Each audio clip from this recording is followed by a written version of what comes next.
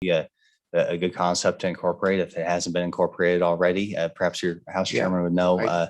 But I think it is. okay, yeah. So it's so I can touch on it. I know that the senator has another meeting to go to, so probably won't do it until. Are we done? Okay. Okay. Yeah, and I could say as long as you need to, Mr. Chairman, this is important. Okay.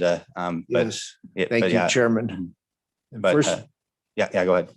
I'd like to thank you for the work you've done on the bill. Yeah, I don't think that's deleted out of the other bill.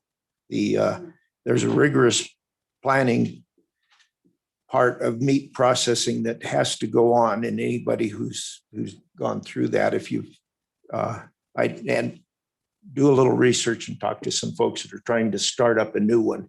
The Department of Ag has a series of steps that you have to go through. I know of one guy that spent over a year working on the one he's done. I know they've been done quicker than that. This bill is extended to 2022 because it's usually a long extended business plan.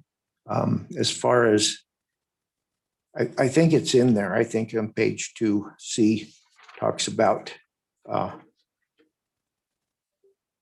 plan of the facility. Now, I'm not sure of maybe we need to amend it in there. We'll see. I'm hoping that the Department of Ag will be able to testify on that. Any other questions for the senator? Okay. Thank you, Chairman Boner, for all the work you've done on this. Okay. I appreciate your work in getting the substitute bill together, Mr. Chairman. Hopefully it's more easily understandable than trying to have a 2-page amendment to a bill that was meant for a special session, and once again, I just want to press on the committee the importance of getting this bill moving forward. There's going to be plenty of opportunity to amendment. This is the very beginning of the legislative process, and we'll be looking forward to getting it over in the Senate, and if that's what happens over in your chamber and get it through, and we can help continue working hard to do something that's important for not just Wyoming ag producers, but for our consumers as well. Okay, thank you. Okay, thanks everyone. All right. Next, do we have you guys back? Director Miyamoto and Deputy Director Stacia Berry. If you have things to add, probably specifically to a business plan, I believe it's part of the process to put in these meat processing plants, but go ahead. Thank you, Mr. Chairman. Not sure what happened to us, but we've been in Zoom purgatory for the last 20, 30 minutes or so. So don't know what conversation has occurred and apologize for that. But Stacia Berry has been running our meat processing expansion grant. She's been the lead in the development of our cost share program. And so if there are questions about meat processing generally, I bet you there are questions that she's already ran into with our customers. And so if it's all right with you, Mr. Chairman, I would like to have Stacia explain what our plan review process is for new meat processors. And it is because of federal requirements as well. Sure, Mr. Chairman.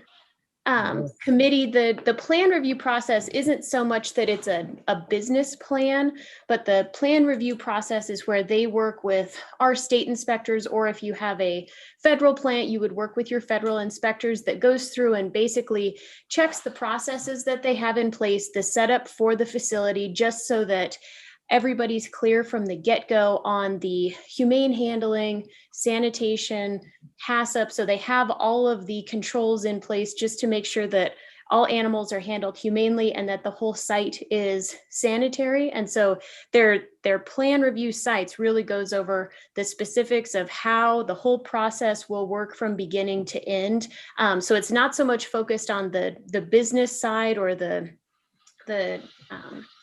I would say the money record keeping side, more on the health and safety record keeping side, but there are packets that we actually have put together to walk all people through step by step how to fill those out. And our inspectors try and work with them very expediently and answer any questions as they go. So that's what the plan review is. So I know that there's been a little bit of discussion over a business plan. And from our perspective, as long as they fill out plan reviews that are adequate, that makes them eligible to continue through the process, because then they've actually staked out their plan of what their facility will look like. So hopefully that helps clear that up a little bit. Thank you. Representative Larson. Mr. Chairman, thank you. I guess I got a question on the business side then, on the business plan side. Is the Ag Department going to be the one that goes through that, or are we pushing it over to the Business Council? And if so, do we need to state that? Go ahead, Stacia. Mr. Chairman, Representative Larson, I think that's really the prerogative of the committee and what you're looking for from the individuals that would participate in the program. From our standpoint, as far as regulatory wise, they don't have to fill out a business plan for us, but if you'd like participants in a program to fill out a business plan in addition to those plan review packets for their licensure, they can certainly do that. They just traditionally, whether it's through a grant program or during regular times, don't have to fill out anything business plan wise. So really it's the prerogative of the committee. Okay, Representative Larson. Mr. Chairman, thank you again. So would you help us get that worded in there then? I guess I'm not sure where we would want to put that, but I really think we need it. Sure. Well, let me, Mr. Chairman, Representative Larson, if I may, something that might be helpful, depending on what you're looking for from applicants, the way that we ran the program that we did this fall from September to December, when applicants came in, they gave a very detailed list of what they were trying to do as far as the things they were trying to acquire, the improvements they were trying to make. And so they did sort of a narrative that came with their application that then helped outline exactly how they were going to spend those dollars. So a question I may have in answer to your question is what type of depth you're looking for in that. And we certainly can add it, but it also could be something that was written into rules of a program if you'd like to approach it that way, so that we could ask them to give more detailed narratives of the business side of what they're doing or how they're trying to, promote Wyoming's economy, expand it that way. So we can certainly add that into the rules, or if you'd like to, we can find a place in this substitute bill to add it as well. Okay. Good. I guess one of the things I'd rather not do is try to hybridize this with the Business Council, because they have an existing program that they're able to use and maintain. We're changing a few things on that. This is all stimulus money, and that's why it's been kept separate. The Department of Ag has an attorney to look through those things and make sure people aren't buying electric cars. Representative Fortner, that's for their business and things like that, because they have to justify their costs, and it's fairly transparent. So I'd rather shy away from mixing this with the Business Council program, but I think we can work business plan into this somewhere. Go ahead, Representative Fortner. Thank you, Mr. Chairman.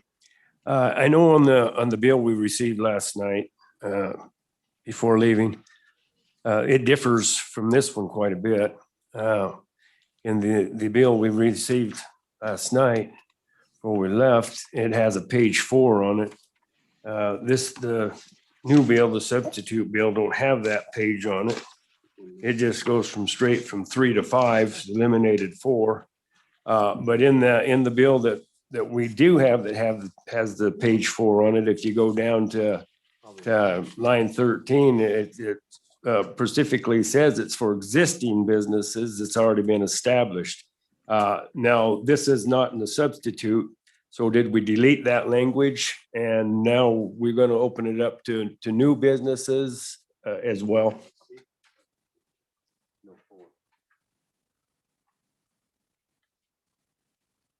We're looking, we're looking at our bill, and we don't have page 4.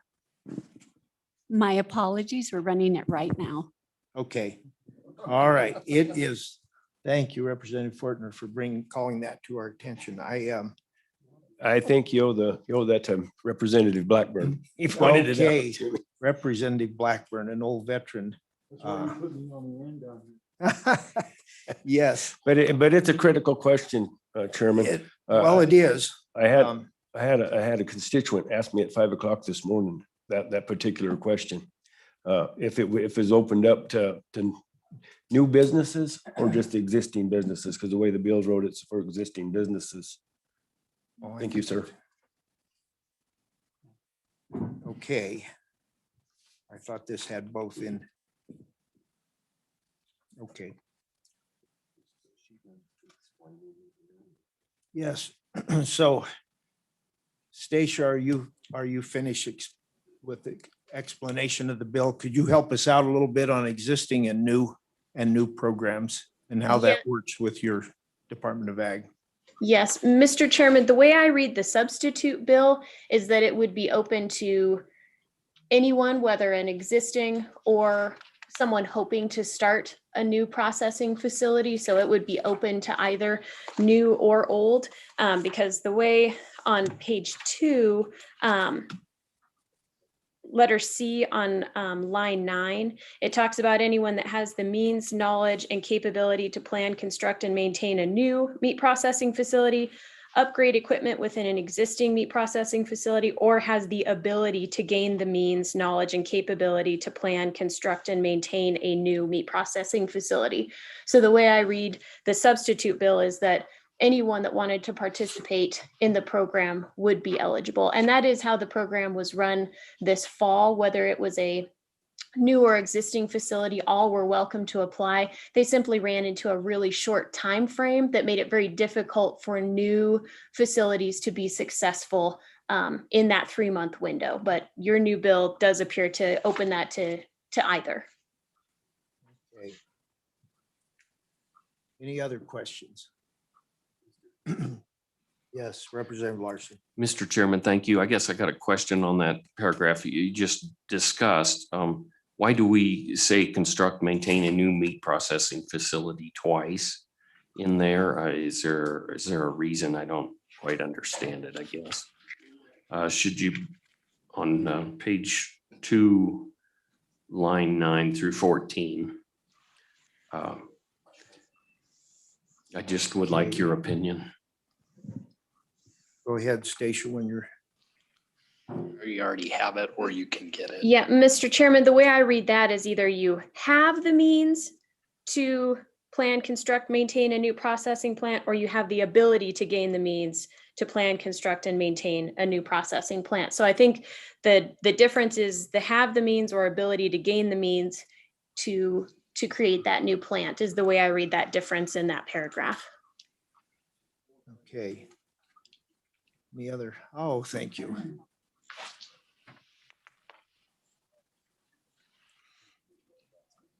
Yeah, go ahead. Let's get it. Let's try to get the bill as correct as we can before we get to the floor. I guess I have another question, Mr. Chairman, on, I'm trying to find it. Somewhere, it might be on that page 4. We talk about it on the old bill in section B. It talks about cost sharing. I can read the whole thing if you want. The Wyoming Meat Processing Expansion Grant Program is hereby created. The Wyoming Department of Ag shall establish and administer the temporary program for the eligible businesses by providing cost sharing. So in cost sharing, are we talking about loans or are we talking about grants or both? Go ahead, Deputy Director.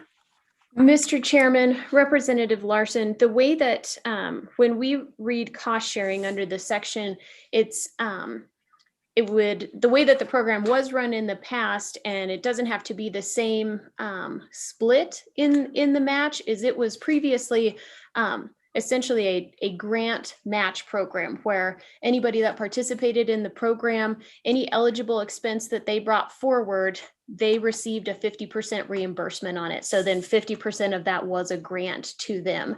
And certainly that proportion can be changed for future programs, but it was a grant for 50% of the cost that they incurred.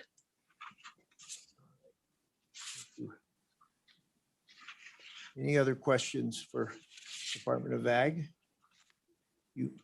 Thank you. You might stay on deck. We may have other questions as the need arises. We may call on you again. Do we have other people who want to testify? Mr. Moline, come on up. Do we have anyone in the waiting room, Carol? We don't. Okay. All right. I thought we might. We do. Okay. All right. Well, we'll go with Mr. Moline first, and then we'll start bringing in the people who are on the computers. Thank you, Carla. Go ahead. Brett Moline, Wyoming Farm Bureau Federation, again, sitting in support of this bill. I don't know if this is diversification of the economy or adding to the economy, however you want to word it. This is going to bring in some more business to Wyoming. And I'll use one of my oldest son that's starting out trying to get a small ranch going. He's found out that there is a niche for people that want local beef. He can feed them, he can raise them. The glitch in the system is the packing industry, getting them from live on the hoof into somebody's freezer. This bill will help facilitate that. I know somebody in Laramie that's already booked out 18 months, and that scares him. It scares me because there's so many things that can happen in 18 months. If we can get some more processing capacity in the state, that's going to help alleviate that. And again, coming back to this, people want to know where their food is coming from. I think we're poised to capitalize on that. Will we get it all? No. But if we can get more of it, that's going to help out the entire state of Wyoming. I would like to add, I do believe it's important somewhere, and I don't know where to put it, but a business plan. At one point in my life, I had two brothers and a brother-in-law that were bankers. It didn't take me long to get turned down for a loan. One of their points was that the downfalls of so many businesses, they can plan their facility, but having that business plan to know what their business is going to do, how they're going to do it, along with what facilities they use is extremely important. So I think having that business plan part in there, will that be through the Department of Ag to Business Council? That's a call you folks will have to make, but I think that's important to be in there somewhere. With that, Mr. Chairman, I'd sit for any questions. Committee? Yes, Representative Fortner. Thank you, Chairman. This here CARES money's coming from a federal government. Does it come with federal strings once it hits the state of Wyoming's hands? Are we tied to the new minimum wage, $15 if you hire somebody? Are we tied to anything like that that has to do with the federal government to get this money? Because so much money we get from the federal government has strings attached. Thank you. Mr. Chairman, Representative Fortner, I don't know. That's above my knowledge of this. If it's under the old CARES Act, my gut instinct would be no. If it's under a new program, yes. If I understand it correctly, underneath the CARES Act that came out in 2020, there was not those restrictions on there. There's restrictions. There always is, but I do not believe the minimum wage was part of that. Yeah, I don't. But I don't know for sure. Perhaps somebody at the Department of Ag or one of you folks Our has Vice better Chairman, knowledge of it. Our Vice Chairman. Mr. Chairman, I can take a whack at that. So the CARES Act funding that this would fall under would be under last year's rules, and anything that would come out is still going through Congress right now, anything new. But and there were provisions, but if they were through the Department of Treasury, it was provisions on what you could spend, but there's not those kind of strings, and they wouldn't fall under something like this. So this would be clean. It would be able to be used without a bunch of crazy strings. There's restrictions on how you can spend it, but not things that go in with minimum wage or anything like that. Mr. Chairman, Yeah, Representative Fortner. I know we've had encroachment on the family farms and the family ranches from federal government. They've just about ruined the ability to hire youngsters, put them to work and retain them through different medical type laws that they put in place, different, they require basically about the same kind of requirements that, and on the ranch and the family farm that you do out in the field, working in the oil field and the coal mines, things like that. So that's what I'd like to head off. I don't want to see none of that come with this kind of money. Thank you. Okay, there's restrictions that I'm aware of. Hang on a second. Restrictions I'm aware of, the Department of Ag has gone through on stipulations that the care funding would have, and I have not heard anything on the labor end of it or minimum wage or anything like that. Minimum wage is still whatever it is, five something, but try to hire somebody for $5 and you might get an 8-year-old. So Representative Heiner, you had a question? Yes, thank you, Mr. Chairman. Appreciate that. And I don't know if this question is better addressed to Mr. Moline or to Ms. Berry, but we had some appropriation from CARES Act, what I'm going to venture to say CARES Act 1, that some money that was appropriated for this type of a thing. I would like to know how if there's any of that money still available, because we're appropriating in this bill, we're appropriating an additional $20 million if and when other stimulus funds come forward. So is that on top of what's already out there, or we have not spent all that already, or will there end up being more than $20 million at the end of the day? Department of Ag. Mr. Chairman, I can answer that question. So initially, when the program was announced in September, there was a $10 million allocation made for the program.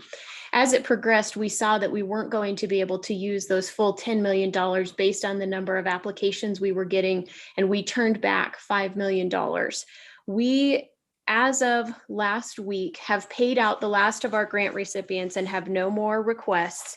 And the total spent in this program was $3.4 million. And so we turned back the rest of those CARES Act dollars into the big pot, if you will. So there's been $3.4 million spent on the program from last fall. So we do not have any more funds encumbered or held for meat processing. So they would all go back into whatever is left of the CARES Act 1, if you will. Follow up. Okay, yep. Go ahead, Representative Heiner. Thank you, Mr. Chairman. Ms. Berry, part of the wording of this bill is that some of that money can be utilized for auditing of the CARES or the money that's been awarded. Have we done any auditing on that $3.4 million that was actually awarded? Mr. Chairman, Representative Heiner, the Department of Agriculture has not done auditing. However, the state auditor's office does pull different files every month. And I think we've had 6 different pulls from the state auditor's office that has done different audits, but we have not received any notification that there were any issues with any of the files that they pulled to audit on. Okay, and these audits are random? That's my understanding. Yes, Mr. Chairman. All right. Representative Blackburn. Thank you, Mr. Chairman. Since we're back on the Department of Ag, this question can be answered by them, I believe.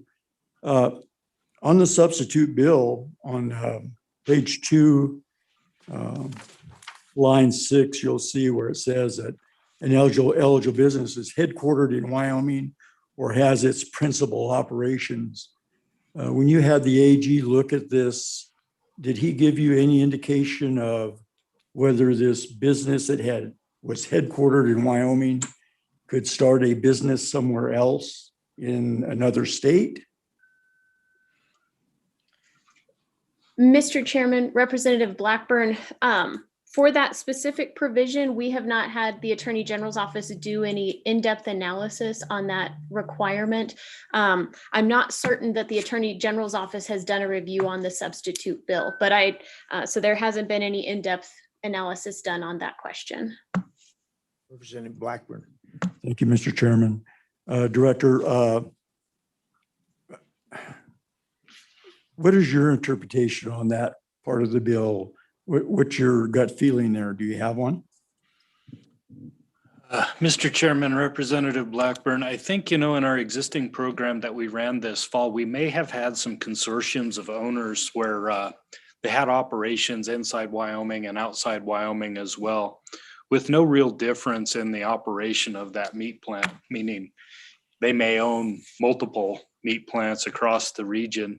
And if they were operating the meat plant in a way that could ease the restrictions on our food supply chain during the COVID pandemic, then they were an eligible participant because they would be able to address food supply chain constrictions, regardless of whether, they were principally living in Wyoming or not. I think we had some interest in some conglomerate type of ownerships where they wanted to participate in 3 or 4 different meat processing plants in Wyoming, and probably were operating some outside the state as well. But that being said, Representative Blackburn, we were also looking at this program last fall as a real emergency response program, not as much of a business stimulus type of program, but one that was designed to address food supply chain issues. And so that's why we looked at it that way. But I do believe we funded some that may have had operations throughout the region, not just in Wyoming. Thank you, Director. Representative Fortner. I'd like to see an amendment to this bill that says any money that comes to Wyoming and is handed out underneath this CARES Act, the mechanism for getting this money would be you have to put your processing in Wyoming, not just be a resident of Wyoming and maybe go across the line into Nebraska or Montana or any surrounding state, South Dakota. I think in addition to getting this money, you ought to have to, your meatpacking plant has to be in the state of Wyoming. Thank you. Okay. Director and Stacia, page 2, line 6 and 7. It seems pretty specific to Wyoming to me, headquartered or has its principal operations in Wyoming. Oh, I can see where you'd get into so would you say that an amendment of get rid of the or is headquartered in Wyoming? Now, I don't know if we ought to do that either. Mr. Chairman. Go ahead, Stacia. It may just be simpler to add a letter E and say all facilities must be physically located within the state of Wyoming. Okay, thank you. Committee, are we good? So do we have other, thank you, Department of Ag, and stay nearby. Yeah, we have, are you finished, Mr. Moline? Yes, Mr. Chairman, unless there is some more questions for me, I am DUN. Thank you.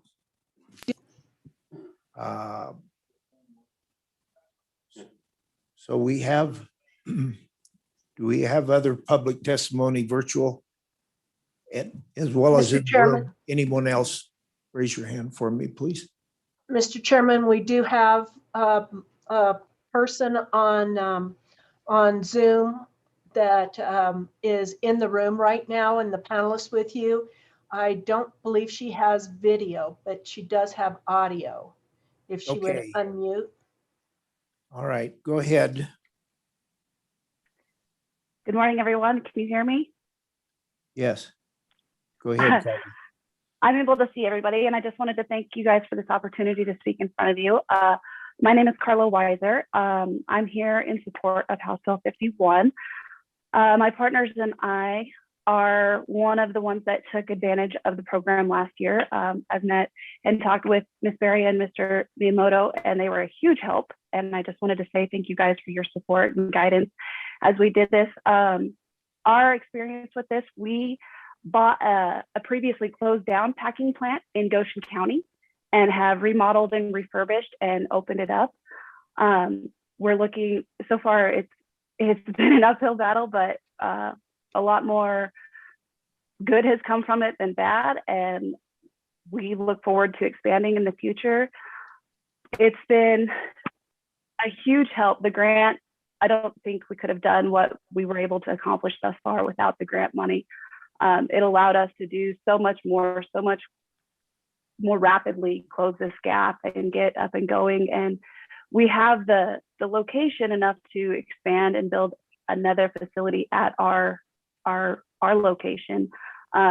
With being an older facility, there's definitely issues that we're running into, and we don't know how long, like necessarily the shelf life of our current facility is, and we're nowhere near able to meet the demand that we have and want from the public. We are already booked up for 2021 entirely, and our wait list is probably 100 strong, so we're not even adding to our wait list at this point. I know there's other plants that are looking at going into our area as well.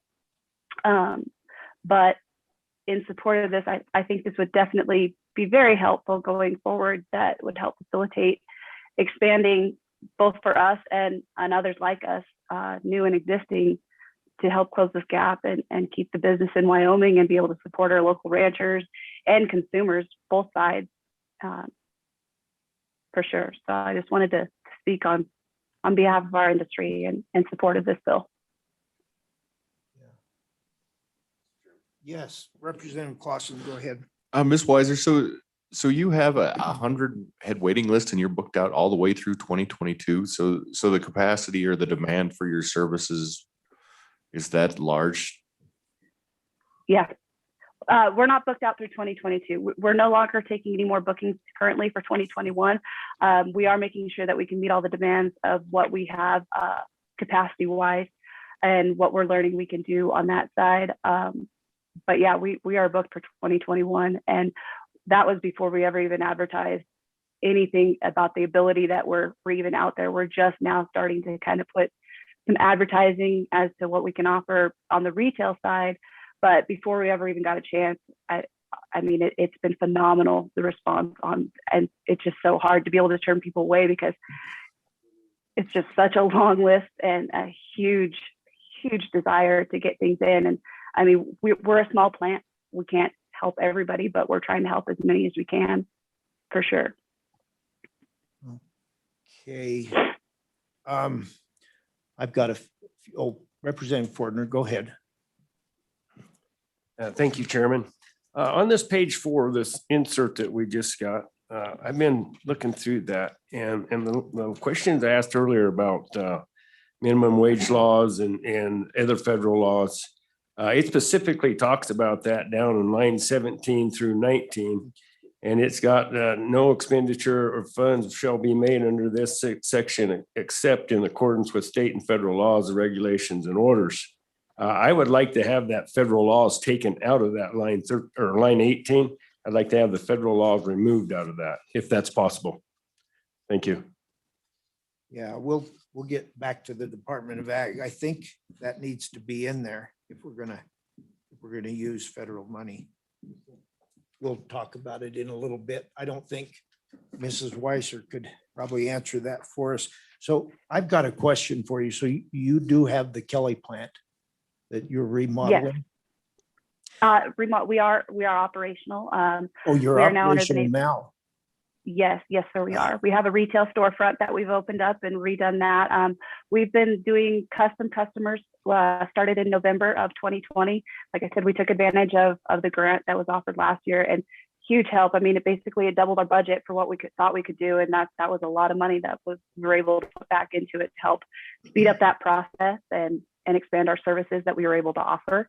And again, we've opened up a retail storefront, and a lot of times stuff was selling before we could even get fresh product out front. Our walk-in customers and the ability to serve the local community has been just quite humbling, to be honest. I mean, there's just things, even like from the lowest to the upper, like everybody's coming in and getting behind us. It's humbling, the support and desire and the need that's out there. And it's just really neat to be able to help close that gap and allow people to know kind of where their meat is coming from and the high quality we can offer at affordable prices for everybody in the community.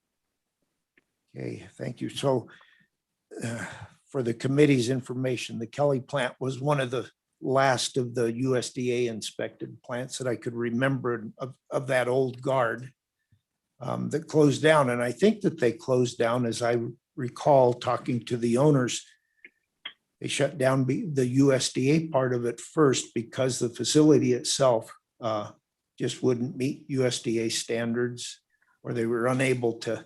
They had cracks in the concrete and there was nothing that allowed them to grandfather in. And you would have the same problem, I think, Mrs. Weiser. Have you, is there a possibility that separate from this facility that's now a custom meat packing plant, you would be able to build a new facility that would be USDA inspected? Is that in your business plan at all? Correct. For our understanding, Kelly Pack was, when they were closed down, they were state inspected. We are USDA certified. We have a USDA inspector. Everything that we are doing is USDA certified now in the existing facility. That's the amount of work that we put in to get it up and going. So yes, we do believe that putting up a new facility, we would, expand our HACCP plan to include that and our floor plan and everything for a new facility. Same location, like we have, I believe it's like 22 acres there. So we're looking to build kind of right next door where we're already at to kind of keep everything together and be able to expand upon what we're offering thus far. But yes, without a doubt, no worries. I don't see any issue in continuing our USDA certification that we've already attained. Well, I'm glad to hear that I've been corrected, because I would have guessed that would have been one of your obstacles. That's good news. Yeah. It was a big one, but yeah, USDA inspection is big for producers. We have to jump through some strange hoops to get our locker beef sold the way it is. Without that, we do. USDA committee, any other questions? Okay. Thank you, Ms. Weiser. And thank you, guys. Send me an email, because I'm booked out into 22 with some locker beef. Absolutely. I heard you guys were up and going, but there's even in Goshen County, folks aren't too sure what your name is. Yes, Wyoming Ranch Foods, and we're trying to get the word out that we're finally ready for the walk-in customers and kind of slowly building that. So, yep, we've been working harder on marketing at this point. Thank you. Thank you, sir. All right. Do we have other? Oh, come on up, ma'am.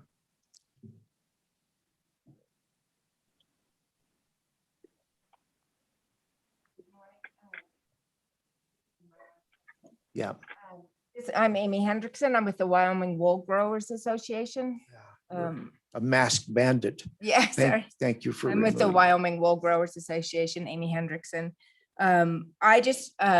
I'm here to support this bill. I have not seen the substitute bill, but from the sounds of it, based on what the discussions were in previous meetings, I'm continue to be supportive of it. For the lamb industry, this is very important for us. Our industry was really shaken last year as a result of the COVID shutdowns that happened right at the peak of the lamb industry in the United States. And it resulted in the second largest lamb processing plant in the US going into bankruptcy. And that plant was owned by a Wyoming company. It was located in Greeley, but it did end up being shut down. It was sold to a beef packing plant. And one of the biggest concerns there was all of the equipment that is necessary for processing lambs was lost. It's gone. We've got a new plant that's opened, but the point is that the processing equipment is different for lamb than it is for beef. And this would allow for the companies to be able to acquire the right equipment that they need for processing lamb as well. And in Wyoming, the sheep industry is very important here. We are we run between the third and fourth largest in the country, particularly when it comes to wool, but we produce very good lamb here. And there's a lot of demand. Probably one of the most often questions I get or emails that I get is, why can't I find Wyoming lamb in Wyoming? So for this reason, we do support this. We believe it's very important that we as a state provide the infrastructure needed to ensure that our agriculture industry can continue, and doing this is a great way to do that. So with that, I'll stand for or sit for any questions, as Mr. Moline likes to say. Okay. Thank you. And lamb previous to refrigeration was probably more of a staple than beef was. Beef in the wintertime when you had a cooler. But yeah, I have the same problem that you're speaking of the getting lamb. I usually have to go directly to a producer who then has to line up the processing, and then we get it 2 years later and forgot we even bought the thing. So it's yeah, meat processing plants are a big deal. Yes.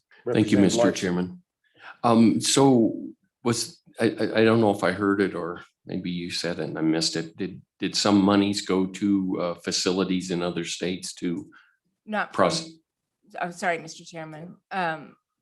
Representative Larson, no, not from Wyoming. There was CARES Act funding, but it was federal funding through banking and Follow up.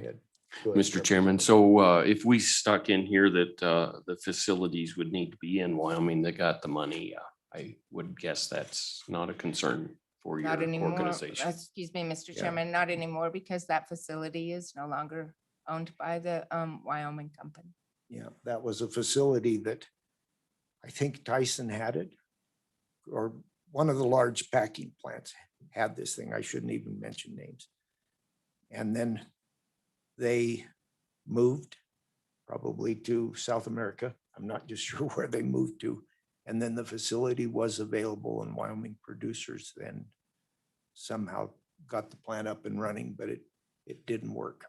So, all right, well, I think you've expressed the need for the processing plants for lamb as well. Pork hasn't been addressed. Right now, there are a few plants that you can do pork in, and I don't know if anybody was going to represent that industry, but it's usually a factory animal, but we can change that with this bill. Thank you. Representative Fortner has a question for you. I don't know if it's just for her, but it's for the body. I just assumed this was for all meat packing. I didn't know, I didn't catch it was just for beef, but you're absolutely right. I don't know why we don't have pork packing plants, and because I know guys that's got pigs that they've got nowhere to go with them. They have to overfeed them and they're not worth nothing. So yeah, you made a good point, and thanks for coming. Thank you. Thank you, Mr. Thank you. Okay, thank you very much. Did Thank we have anyone else in the waiting room? We're good. All No, right. No, Mr. Chairman, there is no one else waiting to speak. Okay. Thank you. Committee, what's your pleasure? Bill's been moved. Second. Blackburn, seconded by Larson. All right, amendments. All right, so I think we need a section E that says the plant must be in Wyoming, and then another amendment that's a conceptual amendment that adds it where it makes sense, which is probably somewhere in section C, that adds the need for a business plan. Wait a minute. So You're too we would be fast. at the end, are we at the end of page 2? Yes, Representative Larson, go ahead. I'm trying to follow.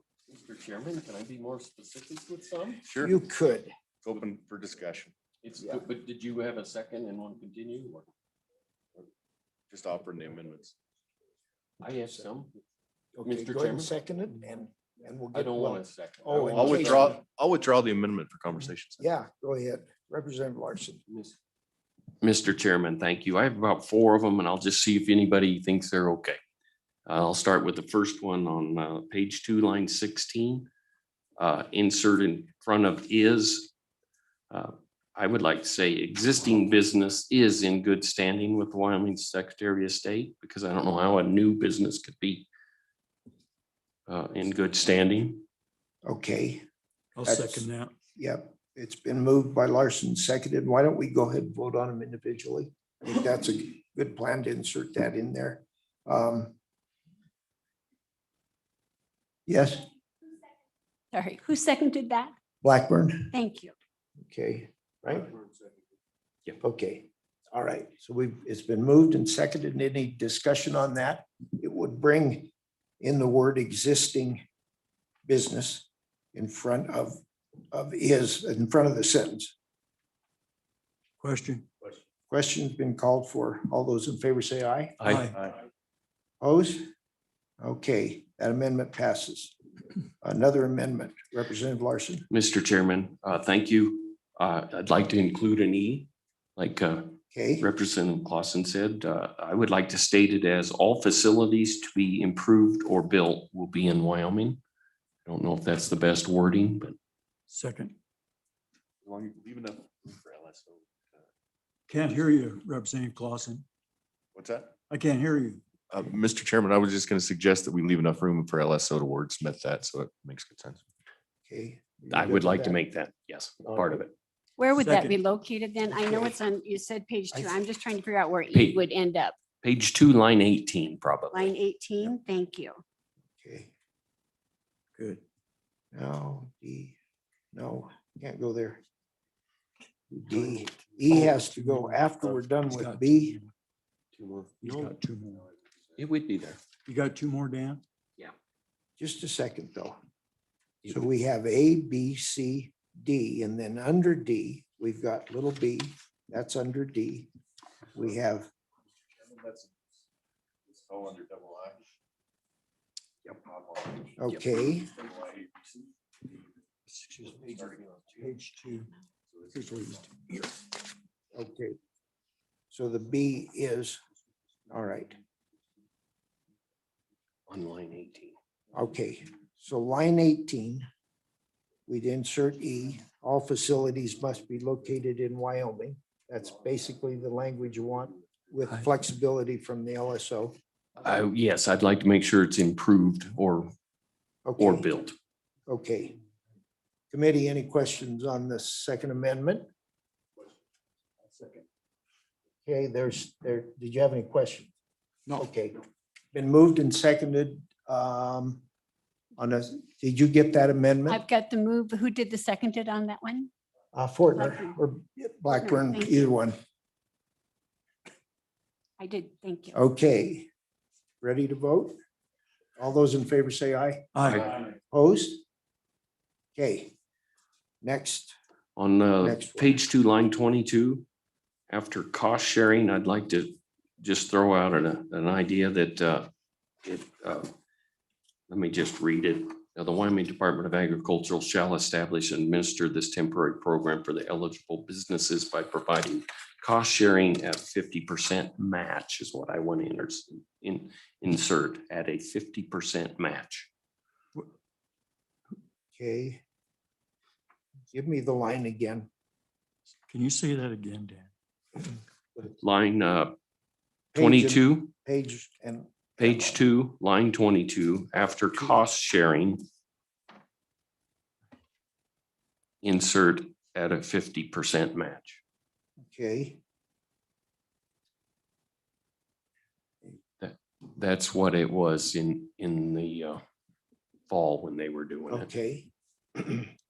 All right, it's been seconded by.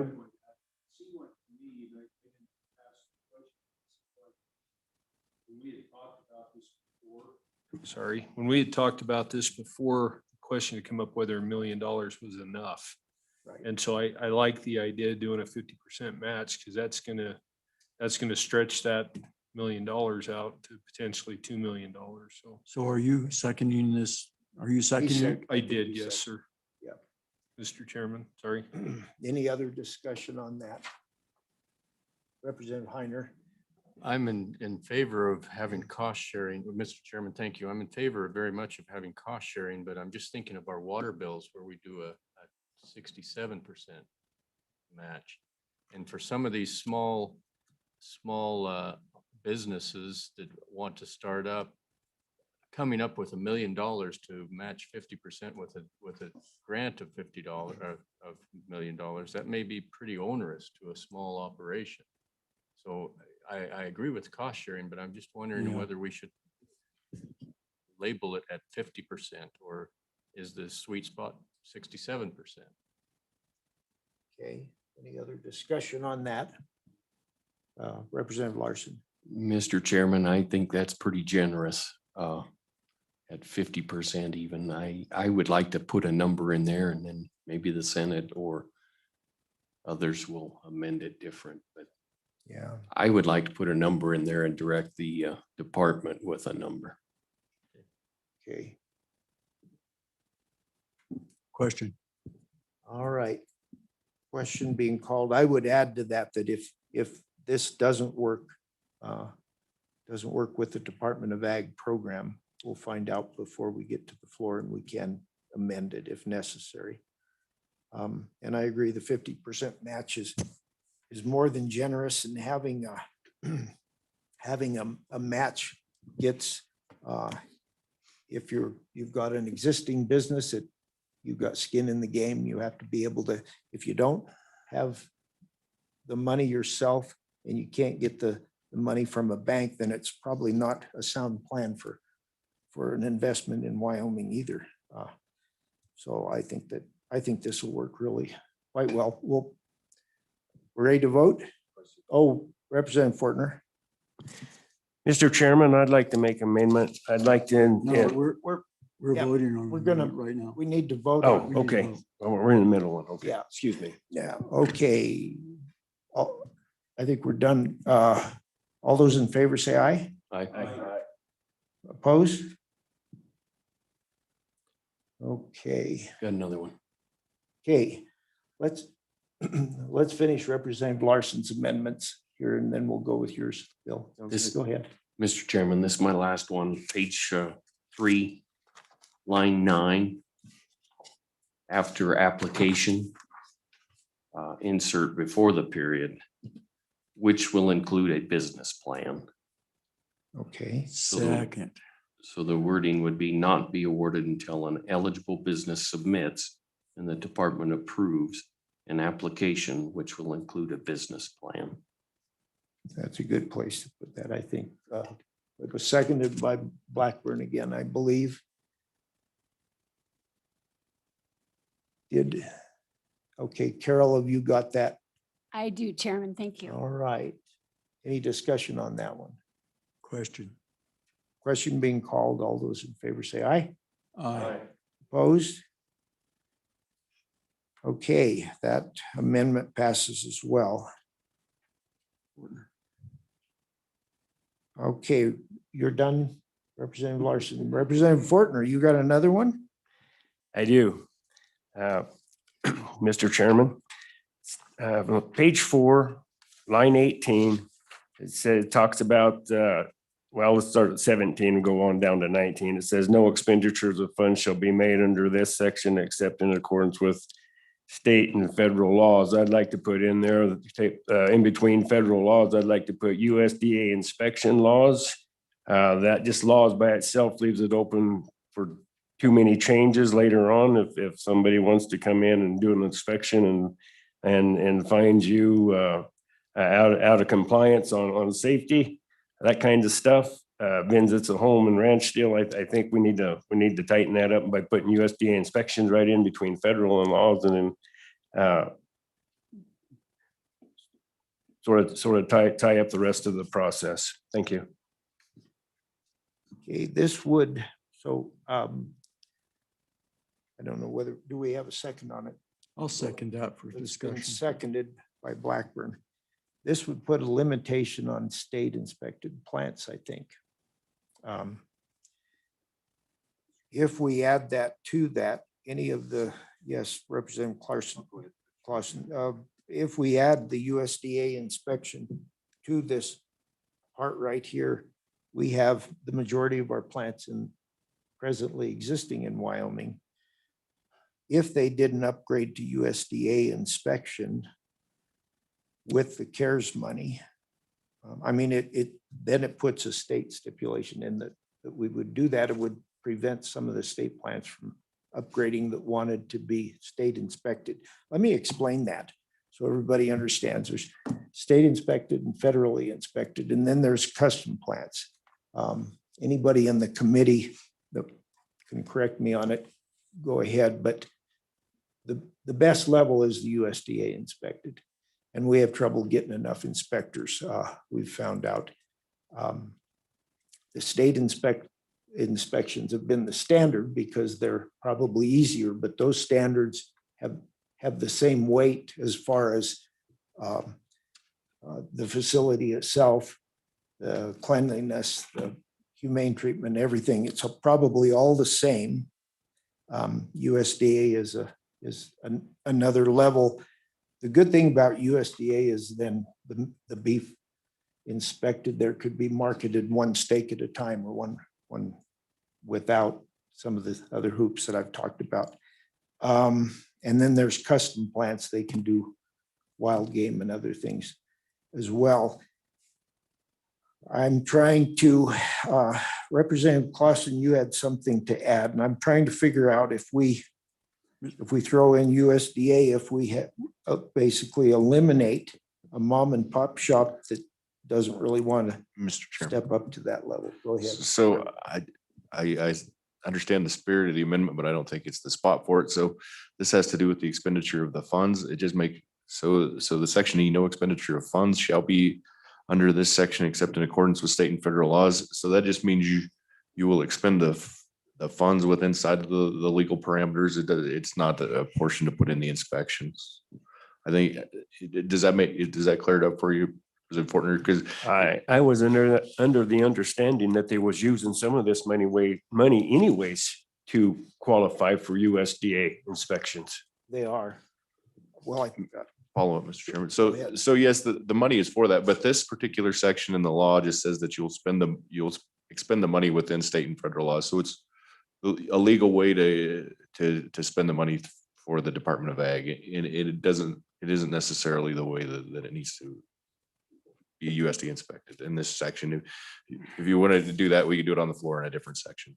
But at the same time, if we're going to start this industry and USDA inspections is the top of the line, shouldn't we be implementing them in this industry so they could be long-term, so they could sell a steak at a time in the mom and pop store? I think we either that or we need to remove federal laws. We need to just put state laws and inspections or something like that, because that's federal laws is just too broad. I mean, we're open to safety inspections from OSHA. We're open to labor laws. We're open to all kinds of laws with that language in there. Mr. Chairman. Yeah, Representative Blackburn. Thank you, Mr. Chairman. So Representative Clausen, to help me clear that up, where you're talking about the expenditure of funds, we're talking there basically about the expenditure of funds from the COVID money, that we have to have the guidelines of what the COVID money, the state portion and the federal portion says. It's not necessarily USDA or AARP or anything else, right? It's just what COVID money says. Mr. Chairman. COVID rule says we can spend it. Is that correct? That's the way I read it. So the whole page pretty much, and this section is how you can do the funds. So I might agree. I agree with the spirit of Representative Fortner's amendment, but in this particular section, this basically explains how to go about spending the CARES Act funds, and it belongs to the funding, not necessarily the. Follow up, Mr. Chairman. Yeah, go ahead, Representative Blackburn. Thank you, Mr. Chairman. Representative Clausen, do you have any, you've worked this bill through the interim. Is there a spot in there that we can alleviate the worries of some representatives about too much government interference from the federal government? Is there somewhere else we can put USDA or something in this bill to to help ease those thoughts. Okay, I've been rifling through this. Representative trying to Clausen. fig- Yeah, I'm not sure. I'm not sure where we would put that. I Yeah, can't hear go you. ahead. Representative Clausen, go ahead. Mr. Chairman, Representative Blackburn, we might come up with a floor amendment for that. I'm sure we can find a spot for it. Let's do it on If the that's- floor. Okay, would you be good with that, Representative Ford? I am good with that. I'll withdraw my amendment. Thank you. Okay. And I think it would give us time to talk to the Department of Ag, you see how their program is set up, and it may already. I don't think it is for just USDA plants, and I'm honestly not sure we want to do it that way. So it would make some of our existing plants it would put some of existing plants at a disadvantage if they have to go to USDA inspection and didn't want to. Because there's a variety of things hoops you jump through to get there. If I had a plant at my age, I don't know as I'd want to convert it. So we'll do more discussion and bring an amendment on the floor if necessary. Yes, Representative Heiner. Thank you, Mr. Chairman. I would like to offer one more amendment, if I may. Okay, It's on page 4, line 7. I would like to delete that line, be made on a first come, first served basis. And the reason is that this kind of hamstrings the Department of Ag, that they have to process and disseminate the money on a first come. And I would like to have them have more discretion. So if they have a number of applications come in within a few days of each other, they don't have to work on the first one, even though it may be inferior. There may be a better quality one that comes in a couple of days later and they can work on that one. So this hamstrings their ability to use discretion for awarding these funds. Mr. Chairman. okay, Representative Blackburn. Thank you, Mr. Chairman. I don't feel that hamstrings the Department of Ag in any way, shape, or form. It's just saying that, the first people that get there get to be served first, and the Department of Ag will look at them first. I don't think it causes a problem with the Department of Ag. We certainly can chat with the Department of Ag and see if it does. And it may hamstring them to remove this is one of the thoughts I'm having here. I'm trying to work. Mr. Chairman, through I'm these. just Yes, go ahead. I'm just worried that I'm concerned that sometimes it may, if it's a first come, first serve, some of the applications will be premature in being submitted and not complete and not thorough enough. Because the sooner you get it in, the more chances you have of getting awarded the money. Yes, I'm going to second it so that we're in order for the discussion. Go ahead, Representative Larson. I think the Ag Department's still online. We could do that. Yeah. Stacia or Doug, it looks like you're still there. You may come into our meeting if you'd like. Yeah, thank you, Mr. Chairman. Maybe we can provide some clarification about the origination of that first come, first served basis language. When we did the original program, we didn't know what the interest would be like, and we didn't know if there would be a rush or how fast we would roll through a finite amount of funding for a program such as that. And so due to the emergency nature of the program at that time, we established a committee to review the applications, and that included a representative from the Business Council and Joe Budd from the governor's office. He was kind of running this on behalf of Governor Gordon anyway, and so he was an instrumental part of our review committee. And then we developed a ranking criteria that awarded points to each one of the applicants, so we would make sure that we were addressing them on a first come, first served basis, but also had the backing for logical decisions when it came to funding and why we were accepting or denying different items that might be within an application. So as a department, we can implement it on a first come, first served basis, or we can do it as an open application because the deadline wouldn't be as tight with this new program as it was with the old. So we can implement it either way in accordance with the desires of the committee. Okay. That answer everybody's questions. Go ahead, Representative Heiner. So, Mr. Chairman, would it be the desire of the Ag Committee or the Department of Ag to leave that in, or would it be better in their view to have that removed? Go ahead, Doug. Mr. Chairman, I believe it would be better for the Department of Ag to have it in the language. And the reason that I say that is we don't know how much funding, how much will actually end up in the program at this point in time. We have an up to number and don't anticipate that we would receive all of that.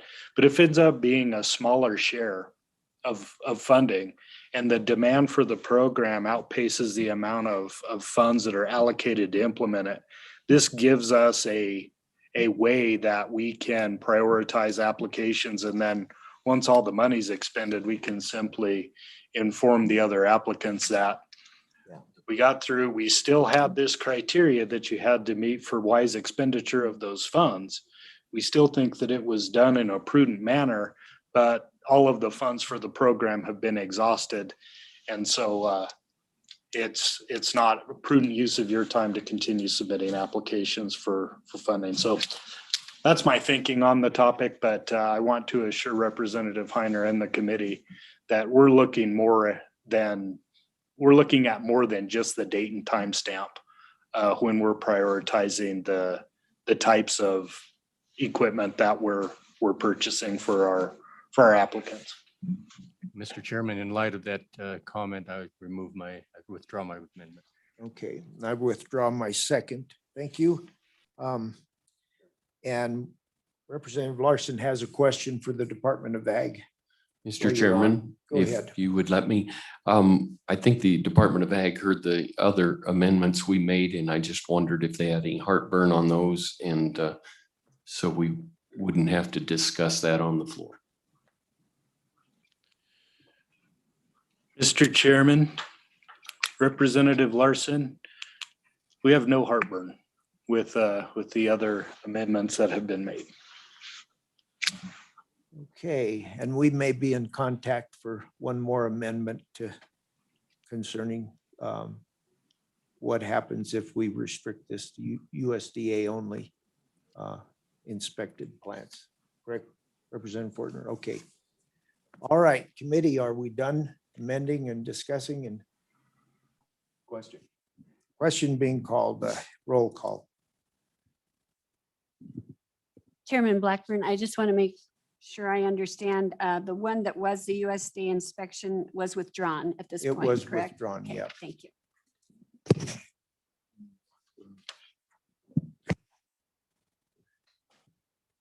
Representative Blackburn, Aye. Vice Chair Clausen. Aye. Representative Fortner. Representative Larson. Aye. Representative Western has submitted an absentee vote of aye. Representative Worth has submitted a absentee vote of aye. Representative Winter. Aye. And Chairman Eklund. Aye. It's due pass with the, yes, Uh-oh. Representative Heiner. Thank you. I was switching the absentee and those, so thank you. It is. Yeah, everybody pay attention. Mr. Chairman, Count the pages too. Yes, Representative Blackburn. are you going to talk to LSO about that USDA, or do you want Representative Fortner to do that himself? I'll talk to Representative Fortner. All right. Representative Clausen and Fortner are going to work on that possibly with the LSO and US and the Department of Ag as well. Okay. All right. We are adjourned.